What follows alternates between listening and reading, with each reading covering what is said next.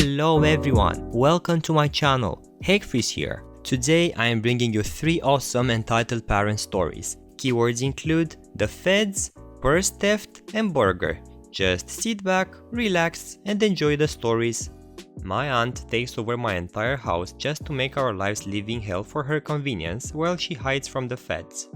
Cast: EA entitled aunt, EB entitled boyfriend, OP me lol. YC, good cousin, also the youngest. YCB, good cousin's older brother. Alright, so here's some background.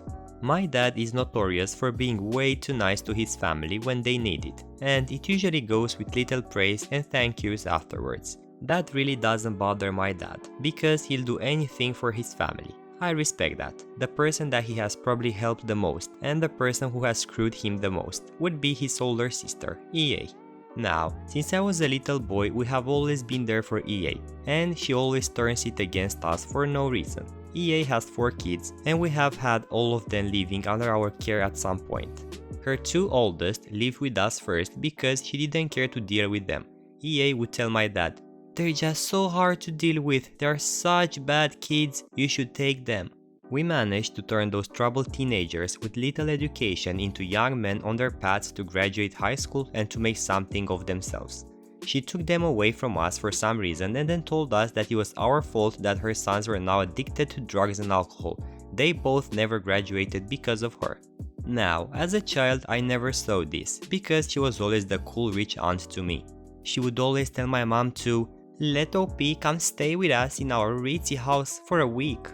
Or, let's take OP out with us to Disneyland and we'll spoil him and the kids. I never understood that behind the scenes everything was so messed up. EB was embezzling money, a lot of money, so EA's luxurious mansions she'd brag about was all paid with stolen money. They would never stay in the same home for over a year, and they would basically house hop all over California to avoid getting caught by the feds. This is where our story begins. So, it was the holiday season of my freshman year in high school. Right before Christmas break had started, my aunt has called my dad asking for a favor. Basically, her and EB had no money to buy her kids gifts. At this point, the 2 oldest had moved out and it was just her and 2 younger kids. So she asked if they could spend Christmas with my family so that they didn't feel left out. That was some stank BS, but my dad agreed. My cousins came and stayed at us. It was cool at first, they annoyed the hell out of me, but I loved them and it was only supposed to be for a week. A week turned into 2 weeks, 2 weeks turned into 3. My aunt called again and asked, "Hey, so it looks like we don't have a place to stay right now, can we stay with you? It would only be for a little while." It would only be for a month. Unfortunately, he said yes. 1 month turned into 6 months. So, my immediate household at that time consisted of 5 family members and 3 dogs. By the time she moved all her crap to my house, the numbers went up to 9 family members and 7 dogs. We also told her not to bring her little dogs, because my dogs were not little dog friendly. She did anyways, and I felt so bad for those dogs. They basically stayed in a tiny room for the whole 6 months, so my dogs wouldn't attack them. In fact, I felt so bad for the dogs, the kids, my parents for dealing with this, and for myself having to witness firsthand child and animal abuse that has etched its way into my mind forever. All 4 of them and the 2 smallest dogs lived in this tiny office space that was jam-packed with crap from the floor to the ceiling. Stuff was everywhere. Her dogs did not have puppy pads, and so their crap and piss was all over that room. The dogs stayed in there sometimes for about 16 hours during the daytime, so it stunk. The tiny bathroom they all shared was also filled with stuff so that you couldn't open the door all the way. Her hoarder mentality literally took up all of our space downstairs, and if that wasn't enough, she and EB would openly beat her kids for no reason. Anytime I would say something, EA would go, "OP, mind your own business. You have never had kids before, so you need to keep your nose out of my business." She took advantage of everything, and both my parents worked at the time, so they didn't see as much of what was going on like my brothers and I did. Our food, water and electricity bill skyrocketed. I couldn't even go into my kitchen without having to witness the scream fests over what belongs in the fridge and what belongs in the pantry. I did see the hot cup of coffee being thrown at YCB just for lightly talking back. Yeah, we still have stains on our wall. I did see EA slap YC just for taking too long in the bathroom, and all my brothers and I could do was just watch. EA and EB would always go have lavish evenings at Disneyland and would force me to teach her kids who were blindly being homeschooled. Then she would come up to me and say, "OP, my kids have not completed their homework and they still have XYZ to do. I'm not paying you, but you should be better at doing this." I was 14 and had my own crap to do, and these kids were months behind because of moving around so much. And even though she moved in with us because she could not afford a place to stay, she could afford to drop hundreds a night to go eat at Disneyland or go spend hundreds on more clothes, more junk. And yet she couldn't give me $5 to help her kids. She couldn't even spend that money on getting her kids a real tutor. So a lot had happened in these 6 months. In short, she openly beat her kids, let her dogs ruin my house, threatened to tase my dog, compare my singing to Satanism, compare me as a whole to Satan, used up all of our resources, and got drunk every night and blamed her hangovers on chemtrails.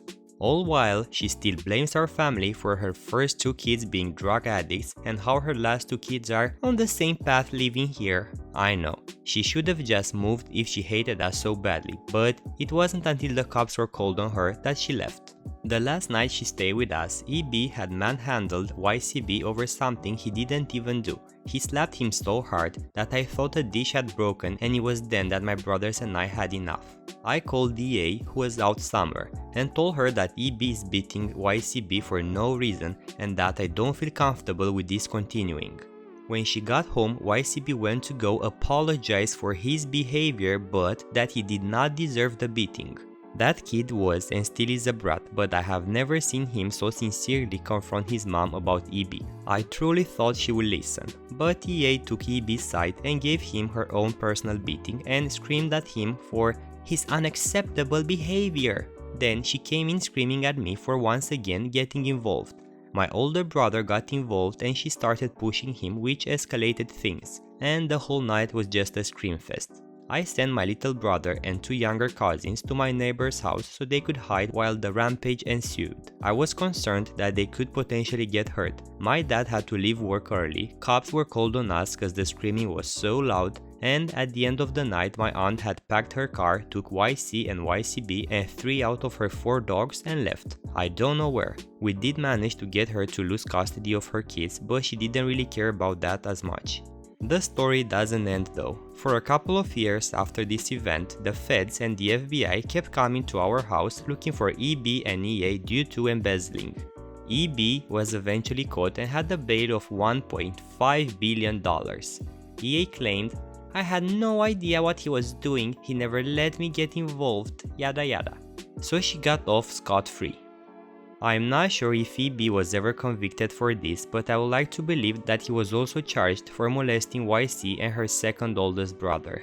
I know he was charged with that at some point, but I don't know if that was tacked on with the embezzling.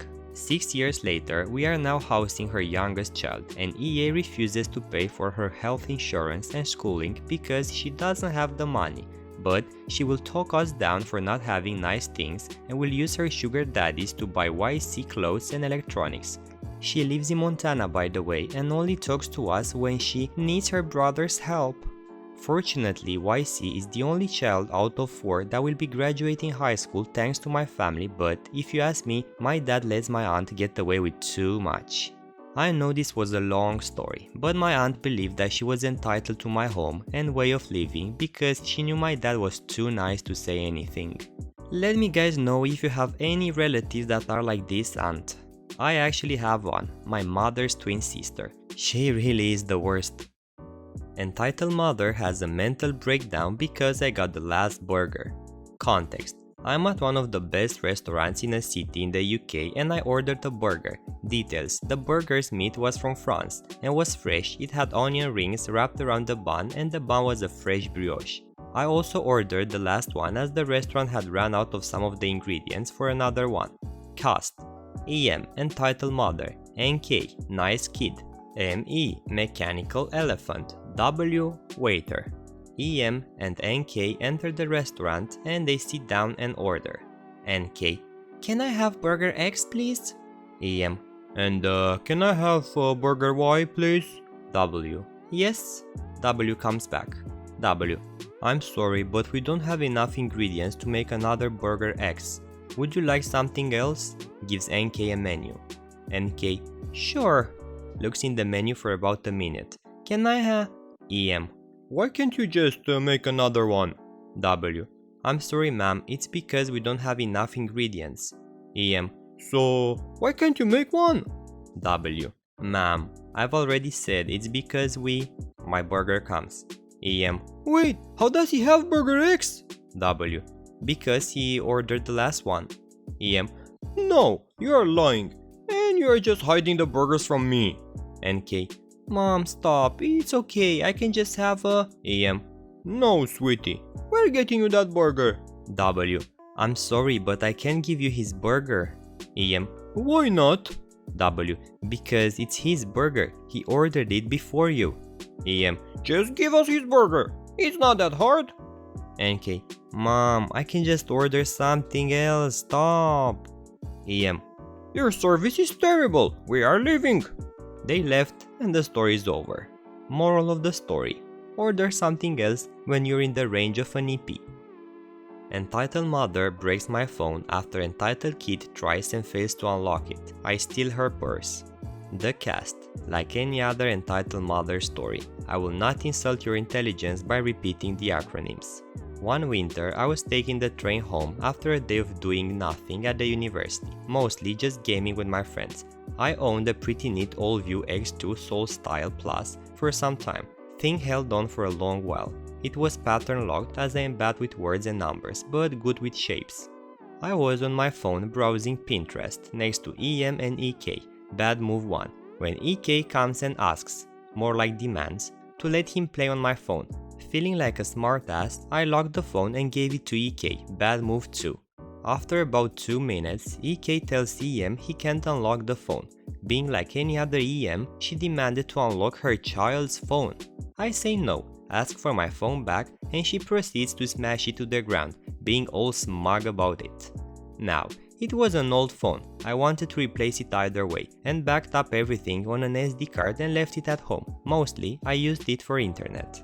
I was quiet, just shrugged, because I wanted revenge, so I didn't scream or anything. I just picked up the phone and removed the SIM card while EM and EK moved further away. At my stop, the train began to get crowded. I made my way to the exit, making sure I passed EM and snatched her purse while she wasn't looking. The purse wasn't on her arm, it was on the seat beside her, stupid woman. She was still telling her kid about how much of an idiot I was, making it easy to pick it up without her noticing. The original plan was to smack her head and then move out quickly. It might sound stupid, but I've done it before and got away with it. I am easy to miss. I had my jacket on and many people had their hoods up, so it was easy to blend in. Before the train left, I knocked on the window next to EM and held up her purse. The look she gave me was the most satisfying thing I've ever saw. She tried to stop the train, but the emergency stop was either broken or non-existent, all train, and the crowd made it impossible to move around. I moved to a place with no cameras around and searched through her purse, got close to 400 euros. Money was in a different currency, and a Samsung. I can't remember what Samsung, an S something maybe? I tossed her purse in a trash bin outside and went to McDonald's and got a Happy Meal, even though I had a full beard. I didn't regret anything. She broke my stuff, I got it back, plus interest. If someone criticizes me for it, screw you. I don't care. I also wear gloves, so no fingerprints. Alright guys, that was everything I had for today. I will be back tomorrow with more fresh stories. Also, don't forget to leave a like if you have enjoyed the video and subscribe. Have a nice day.